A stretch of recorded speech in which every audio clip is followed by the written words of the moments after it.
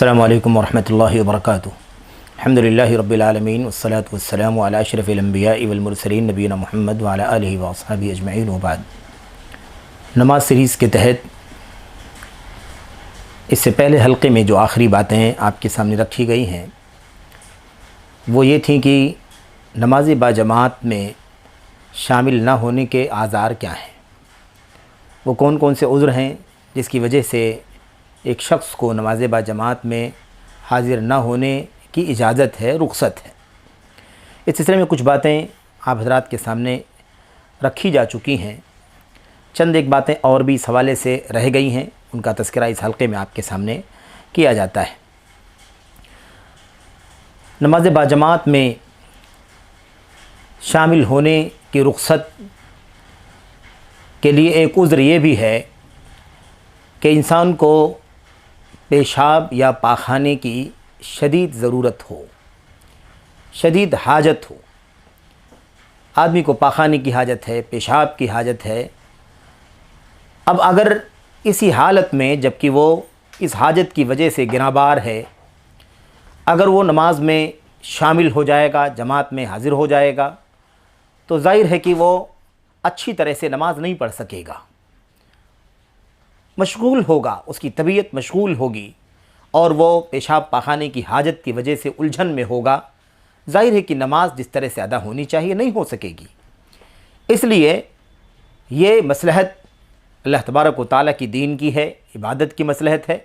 नबी करीम सल्लल्लाहु अलैहि वसल्लम ने इस सिलसिले में इस बात की तालीम दी है कि ऐसी सूरत में नमाज न पढ़ी जाए जब तक कि इंसान फारिग ना हो जाए और उसकी तबीयत जो है पूरे तौर पर इत्मीनान के साथ नमाज में हाज़िर ना हो।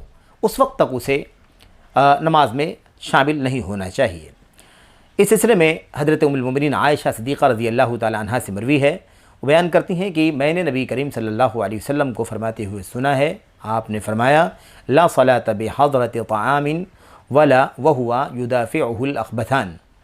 कहती हैं कि अल्लाह के नबी ने फरमाया कि जब खाना हाज़िर हो तो नमाज नहीं पढ़नी चाहिए, वला वहुवा युदाफ़िउहुल अख़बथान, और नहीं इस हालत में नमाज़ पढ़नी चाहिए जब आदमी को दो खबीस चीज़ें, यानी दो गंदी चीज़ें, पेशाब और पाखाने की तरफ इशारा है कि दो खबीस चीज़ें या इन दोनों में से कोई एक चीज़ उसे धक्का दे रही हो। यानी क्या मतलब, तेज़ हाजत हो उसे पेशाब की या पाखाने की, और उसकी वजह से गोया कि वो दबाया जा रहा हो और उलझनों में हो।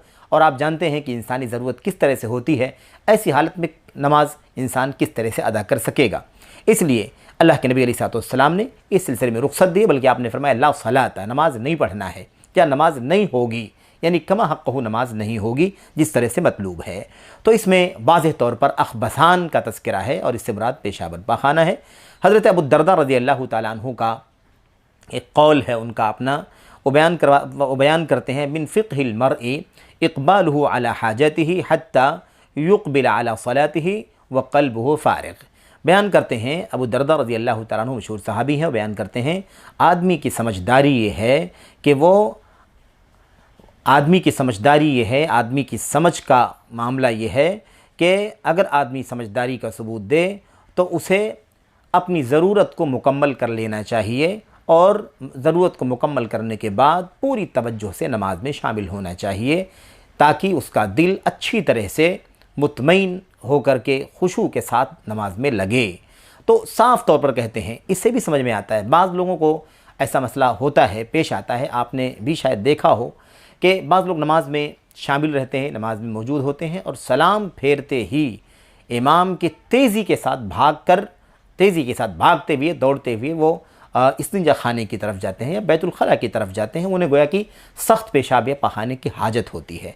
बसा औक़ात ये चीज़ मरज़ की वजह से होती है, बसा औक़ात शुगर की वजह से, या और भी सलसुल बौल वगैरह का मरज़ होता है जिसकी वजह से भी इंसान परेशान होता है। ऐसे लोग तो ठीक है, मुस्तस्ना हैं, लेकिन बसा औक़ात लोग पेशाब पाखाने की हाजत को रोक करके नमाज में शामिल होते हैं। ज़ाहिर है कि उनकी तवज्जो नमाज में नहीं रही होगी जिस तरह से मतलूब है, इसलिए इससे बचना चाहिए। अल्लाह तबारक व तआला की तरफ से रुख़सत है, बिलाशुबा जमात मतलूब है, उसकी अहमियत वाज़ेह है, तय है, लेकिन उसके बावजूद ये अल्लाह के दीन की मसलहत है। नबी करीम सल्लल्लाहु अलैहि वसल्लम ने रुख़सत दी है कि ऐसी हालत में नमाज पढ़ो ही नहीं, बल्कि फारिग हो जाओ पेशाब से, पखाने से, और भूख हो तो उसका मसला भी हल कर लो, और फिर उसके बाद नमाज में खाली दिल के, फारिगुल क़ल्ब हो करके, यानी दिल पूरे तौर पर खाली हो, किसी भी तरह की उलझन, किसी भी तरह का दबाव, किसी भी तरह की यानी तबीयत के ऊपर बेचैनी का मसला ना हो, ऐसी हालत में नमाज में हाजिर हो। तो अबू दर्दा रज़ी अल्लाह तआला बयान फरमाते हैं कि ये आदमी की फ़िक़्ह या समझदारी है, एक आदमी को समझदारी का सबूत देना चाहिए। ऐसी हालत में अगर उसे पेशाब पखाने की हाजत तो नमाज में शामिल नहीं होना चाहिए।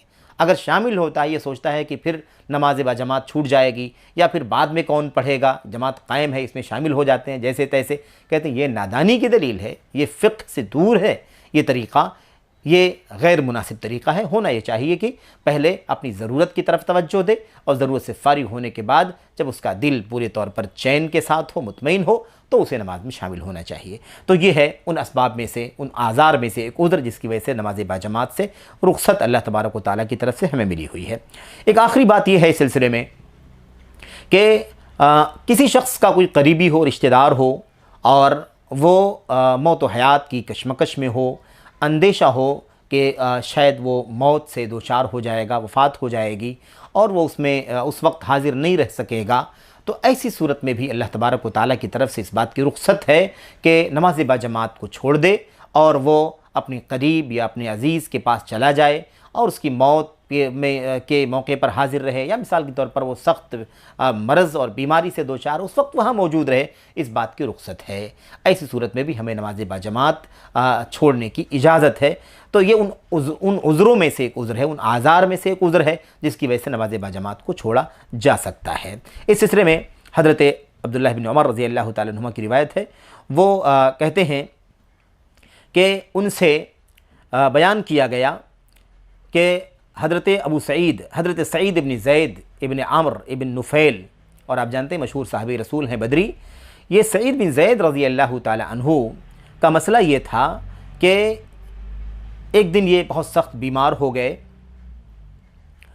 और वो जुमा का दिन था, और आप जानते हैं जुमे की फ़र्ज़ियत बहुत ही मुसल्लम है दीन के अंदर, शरीयत के अंदर, बल्कि अल्लाह के नबी ने फरमाया जिसने जुमे की नमाज़ 3 मरतबा जुमे की नमाज़ छोड़ दिया, अल्लाह तबारक व तआला उसके दिल पर मोहर लगा देगा और वो गाफिलों में से हो जाएगा। बहरहाल तो जुमे के दिन बहुत ज़्यादा उनकी तबीयत ख़राब हो गई, नासाज हो गए, बीमार हो गए। तो तेज़ी के साथ यानी फ़ौरी तौर पर अब्दुल्लाह बिन उमर रज़ी अल्लाह तआला अन्हु ने अपनी सवारी ली और सवार हुए, जबकि दिन उठ चुका था, यानी जुमा का वक्त बिल्कुल करीब आ चुका था। उसके बावजूद भी वो अपनी सवारी पर सवार हुए और तेज़ी के साथ वो सईद बिन ज़ैद रज़ी अल्लाह तआला अन्हु के पास पहुँचे।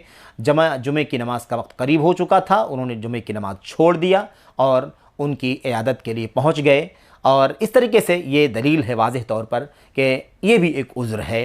ऐसा अगर उज़्र हो किसी आदमी के साथ तो वो नमाज बाजमात को छोड़ सकता है, हत्ता कि जुमे की नमाज़ भी वो छोड़ सकता है। रिवायत के अंदर साफ साफ ये है, वक़्तरबतिल जुमुअतु व तरकल जुमुआ, जुमा की वक्त करीब हो गया, उसके बावजूद उन्होंने जुमे की नमाज़ छोड़ दी, सवारी उठाई और उनके पास पहुंच गए, क्योंकि बहुत सख्त बीमार थे, अंदेशा था कि शायद इसे मौत हो जाएगी और वो नहीं देख सकेंगे, नहीं मिल सकेंगे, उसमें हाजिर नहीं रहेंगे, या मौत और हयात का मामला तो अल्लाह के हाथ में, आदमी नहीं जानता है कि उसकी मौत इस वक्त आ ही जाएगी। कितनी भी नाजुक सूरत हाल हो सकता है कि अल्लाह तबारक व तआला उसे जाबर कर दे, वो ठीक हो जाए, फ़ाक़ा हो जाए और फिर बाद में उसकी मौत हो। लेकिन बहरहाल अंदेशे सख्त मरज़ और बीमारी की वजह से ऐसे होते हैं। बसा औक़ात इंसान को रुख़्सत है इस बात की कि वो जमात को छोड़ करके वो उसकी इयादत के लिए और उसके पास हाजिर होने के लिए चला जाए। तो बहरहाल ये कुल 8 आज़ार हैं जो दलाइल की रोशनी में इस बात की इजाज़त देते हैं कि इसकी वजह से नमाज बाजमात को नमाज बाजमात को छोड़ा जा सकता है, नमाज को नहीं छोड़ा जा सकता है। अलबत्ता नमाज बाजमात को छोड़ा जा सकता है, आदमी जमात को छोड़ दे, लेकिन जैसे ही अपने उस काम से फारिग हो जाए, उन हालात से उसे राहत मिल जाए, फ़ौरी तौर पर उसे चाहिए कि वो खड़ा हो और नमाज अदा कर ले। वो सरसरी तौर पर आप देख लें, वो है मरज़ यानी बीमारी। ऐसे ही मिसाल के तौर पर खौफ, चाहे वो जान का खौफ हो या माल का खौफ हो या इज़्ज़त व आबरू का खौफ हो, खौफ में सारे खौफ शामिल हैं। ये दूसरी चीज़ हो गई। ऐसे ही बारिश है, ऐसे ही कीचड़ है, सख्त तेज़ तुंद हवा है जो अंधेरी रात में और सर्द रात में चल रही हो। ऐसे ही मिसाल के तौर पर खाना हाजिर हो और इंसान को भूख हो या उसकी चाहत हो, शिद्दत के साथ वो खाना खाने का मतलब मुहताज हो, ज़रूरतमंद हो, तो वो ये भी उज़्र है। ऐसे ही पेशाब और पाखाने की शिद्दत भी उज़्र है, जिसे इस बात की हाजत हो कि उसे पेशाब पाखाना या दोनों में से किसी एक की हाजत है और वो अगर नमाज में हाजिर हो जाएगा तो उसकी नमाज़ पूरे इत्मीनान के साथ नहीं हो सकेगी। ऐसे ही आखिरी उज़्र ये है, जैसा कि अभी हमने पढ़ा कि कोई करीबी है किसी आदमी का, कोई अजीज़ है, या कोई करीबी का मतलब रिश्तेदार ही ज़रूरी नहीं है, बल्कि कोई भी करीबी ताल्लुक़ात वाला अपना मुसलमान भाई है, पड़ोसी है और बहुत उससे वालिहाना ताल्लुक़ात हैं, या मिसाल के तौर पर कोई बहुत ज़्यादा मुअज़्ज़ज़ और मोहतरम शख्सियत है, तो भी ये सारी चीज़ें उसके अंदर शामिल हैं। मेरे भाइयों, उसकी इयादत के लिए या उसकी मौत के वक्त हाजिर रहने की गरज से आदमी नमाज बाजमात को छोड़ने के लिए उसे रुख्सत है। तो आदमी को चाहिए कि इन तमाम पहलुओं को समझे वो, और ज़िंदगी में इस तरह के हालात जब भी आएँ उसे इस्तेमाल वो कर सकता है। इनकी दलीलें वगैरह गुजर चुकी हैं। बहरहाल अल्लाह से दुआ है कि अल्लाह तबारक व तआला हमें इन आज़ार को समझने की तौफ़ीक़ अता फ़रमाए और उसकी रोशनी में हमें और आपको अमल की तौफ़ीक़ बख्शे। आमीन या रब्बल आलमीन। अस्सलामु अलैकुम व रहमतुल्लाहि व बरकातुहू।